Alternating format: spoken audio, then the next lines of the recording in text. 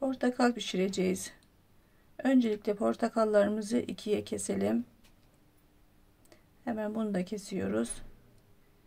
1,5 çay kaşığı kadar da içerisine şeker koyacağız arkadaşlar.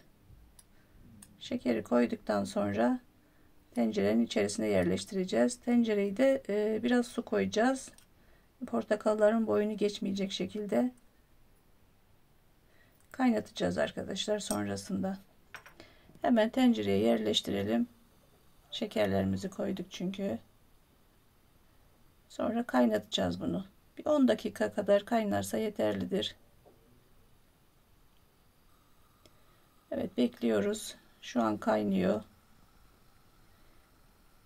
Kaynattık arkadaşlar. Sonra bunu limon sıkacağıyla veya başka bir sıkacak varsa sıkıyoruz suyunu.